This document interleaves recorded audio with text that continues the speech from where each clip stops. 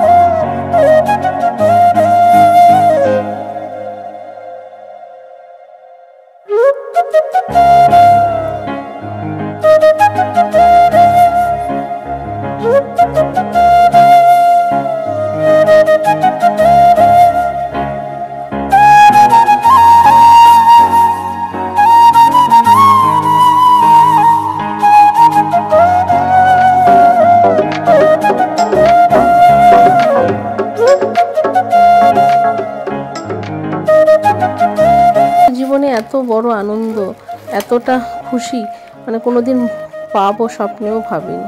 তো যাই হোক, মেয়ে এত ভালো রেজাল্ট করেছে, সবাই এত খুশি হয়েছে, সবাই প্রশংসা করছে। যে এই প্রশংসা, এই আদর, এই ভালোবাসা, এগুলোর না কোনো ভাগ হয় না। তো চলো আজকে সারাটা দিন কী করলাম সবটাই তোমাদের সঙ্গে শেয়ার করব। আর এখানে না স্কুলের টিচাররা সবাই আসবে, তো সেই জন্য আমি সকালবেলা ঘুম থেকে উঠেই কিছু আয়োজন করেছি, তো সেগুলো রান্নাবান্না কমপ্লিট করব। আর বিকেলবেলা ওদের আসতে বলেছিলাম, তো ওদের অসুবিধার জন্য আসতে পারবে না, তো সকালবেলা উঠে একটু ঘরোয়া কিছু খাবার দাবারের ব্যবস্থা করেছি। গুড মর্নিং বন্ধুরা, welcome back to my channel রাজনন্দিনীর ছোট্ট সংসারে তোমাদের সকলকে জানাচ্ছি অনেক অনেক স্বাগত আর অনেক অনেক ভালোবাসা। তো এখন বাজে তোমার 5টা, 5:30 মতন। তো আমি উঠেছি হলো 4টের সময়। আজকে আমার বাড়িতে স্কুলের সব টিচাররা আসবে, তো আমার মোটামুটি রান্না কমপ্লিট। তো সকালবেলা উঠে রান্না বসিয়ে দিয়েছি, আর এখন করছি আলুর দম, চাটনি হয়ে গেছে, আর ছোলার ডাল হয়ে গেছে, আর করবো হলো একটু লুচি। তো কেনা খাবার করতে চেয়েছিলাম, বিকালবেলা অর্ডারও দিয়েছিলাম, কিন্তু যাই হোক ওদের আসার অসুবিধার জন্য সকালবেলায় আসবে বললো। আর যেহেতু সকালে স্কুল আছে, স্কুল থেকে যাওয়ার পথে আসবে, তাহলে তো একটু জলখাবারের ব্যবস্থা করি। আর বিকেলবেলা বলেছিলাম, আমি তো অর্ডার দিয়েছি, আবার সেটাকে আবার ক্যান্সেল করতে হলো। তো যাই হোক ওদের অসুবিধার জন্য ওরা আসতে পারবে না।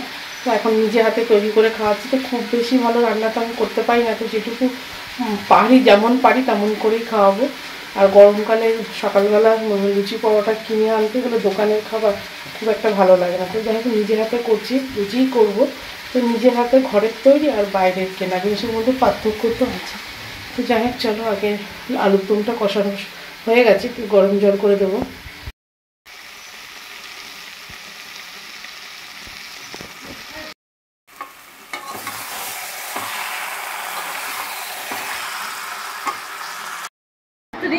খুব ভালো রেজাল্ট করেছে, আমাদের সম্বর্ধনা দেওয়া হলো। হ্যাঁ, খুব ভালো থাকো আর খুব আরো উন্নতি করো, এর পরের রেজাল্টের জন্য আরো ভালো হবে, আরো ভালো অনেক আছে।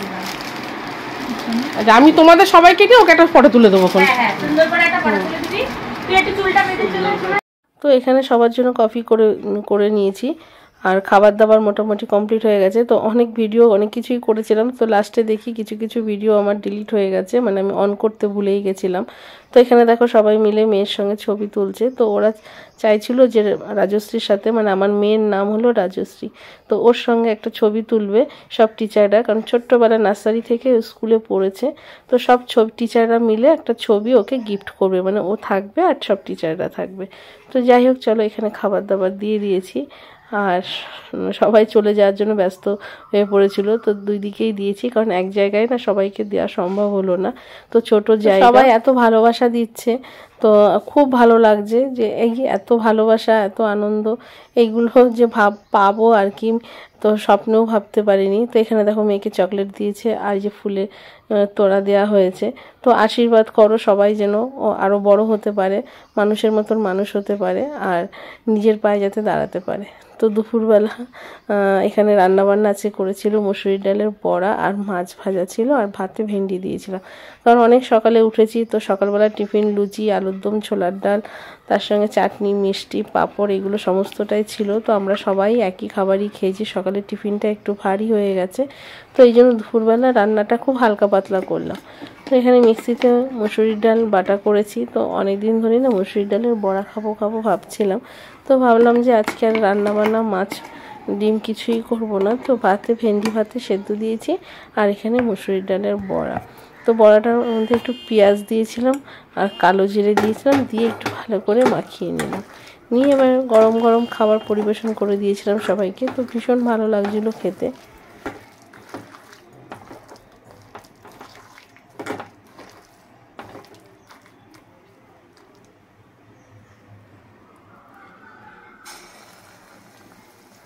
আর এখানে দেখো মেয়েকে খাবারটা বেড়ে দিয়েছি, বড়া ভাজা দিয়েছি, ও বললো বড়া দিয়ে খেয়ে নেবে, ভেন্ডি ভাতে খেতে চাইছিল না, তো জোর করে দিয়েছি।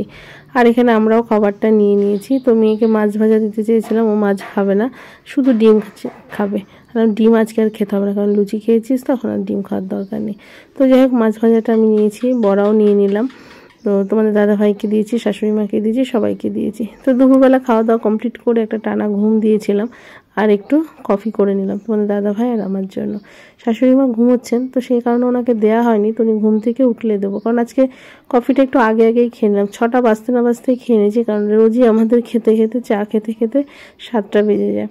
তো আজকে আগে করেছি, তো সেই কারণে শাশুড়ি মাকে পরে দেবো। আর যেহেতু কফি করেছি তো ওনাকে দেবো না, ওনাকে লিকার চাই দেবো। আর এখানে রাতের খাবারে ছিল ছোলার ডাল আর ডিম সেদ্ধ। আর আমার না কাশতে এমন হয়েছে গলার ভয়েসটাই আমি একের সময় নিজেরটা নিজেই বুঝতে পারছি না। আর অনেকবার করে ভয়েস দিয়ে আবার কেটে দিয়েছি, বারবার করে কাশি আসছে। তো চলো বন্ধুরা, আজকের মতন এই পর্যন্ত। সবাই ভালো থেকো, সুস্থ থেকো, গুড নাইট।